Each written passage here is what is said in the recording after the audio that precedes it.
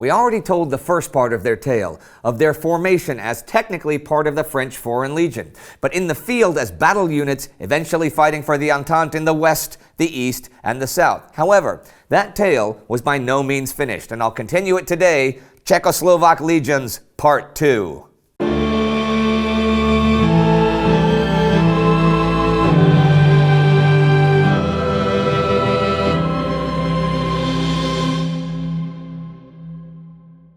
I'm Indy Nidell. Welcome to a second Great War special episode about the Czechoslovak Legions.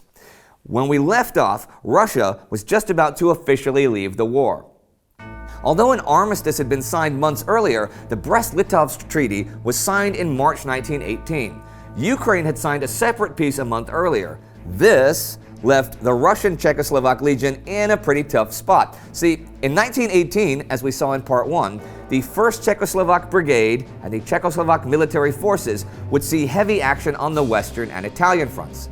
Thomas Masaryk had by 1918 set up an autonomous Czechoslovak Corps of over 40,000 men in Russia, and those guys very much wanted to go west and help in the fight, even with Russia out of the war. And after the Battle of Zborov in 1917, they had a heck of a good international reputation, but they were kind of trapped. They couldn't go west or south without running into enemies. It was also now too dangerous for them to go north to Murmansk and Archangel, so the only thing left to do was cross all of Russia, crossing Siberia and making their way to Vladivostok, and then going all the way around the world to France. This they began to do. Masaryk and the men had gotten Bolshevik Ukrainian permission to cross Ukraine in February 1918, but there was a new wrinkle. The German army launched an offensive on the Eastern Front to force the Russian Bolshevik government to accept draconian peace terms. And that army, of course, did not want the Legion evacuated. This led to the Battle of Bakhmut in mid-March. The town was a major railway hub, and the Germans reached it March 8th. The Legion was in danger of being surrounded, and captured legionnaires were summarily executed by the Central Powers as traitors to Austria-Hungary, so it was a tough situation.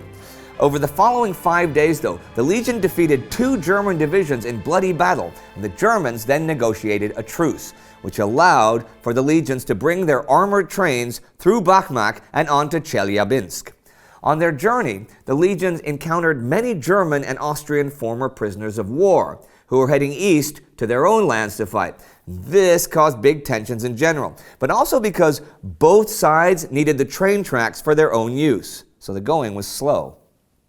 When the legions left Ukraine and entered Soviet Russia, they had to negotiate with the Bolshevik authorities there. This led to the Penza Agreement on March 25th, under which the legions were to give up most of their weapons in exchange for unmolested passage to the East Coast. It was actually Joseph Stalin who drafted the agreement. And as civilians, the legionnaires could carry some weapons for self-defense. Still, tensions were running incredibly high, since neither side trusted the other. The Bolsheviks suspected the Legion would join the White Russians in the Civil War.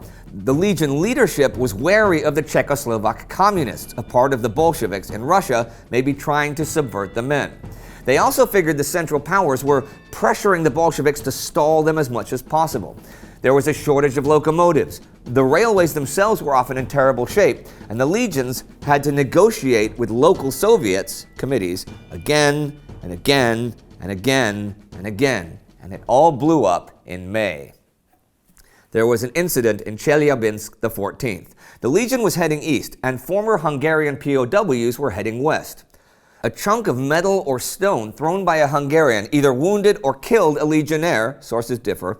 Some legionnaires then stopped the Hungarian train and apparently killed the perpetrator. This causes the local Soviet to arrest the legionnaires, which in turn causes the Legion, by now strung out the whole stretch of the Trans-Siberian Railway, to occupy Chelyabinsk and free those arrested who faced execution.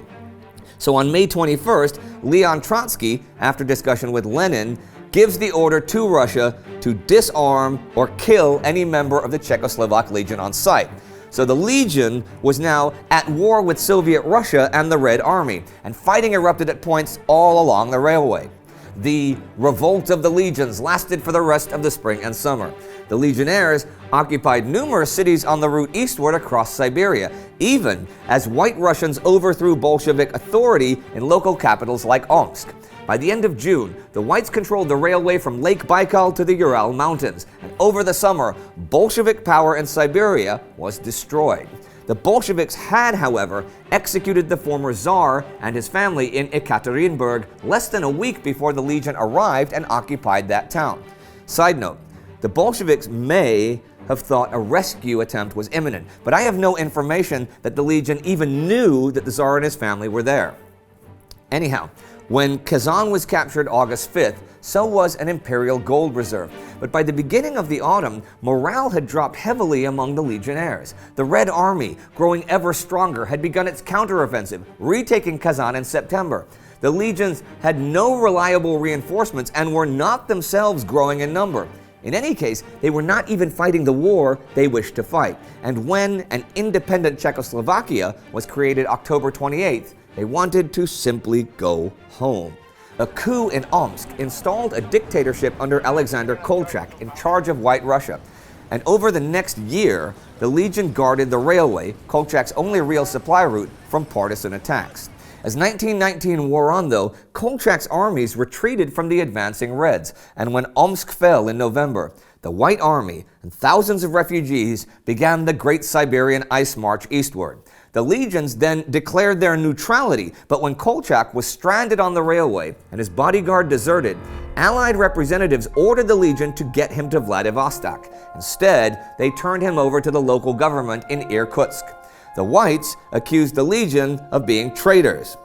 In February 1920, Kolchak was executed by the Cheka, and the legion signed an armistice with the Red Army, which allowed unmolested passage to Vladivostok to finally go home. The first transport ship left already in December 1919, and the last in September 1920. In all, 67,630 people were evacuated on 36 ships. They took two main paths: the southern path, China, Hong Kong, Ceylon, Arabia, Egypt, and Trieste, or the journey around the world, Japan, the Pacific, Vancouver, or the Panama Canal, and across the Atlantic to Europe.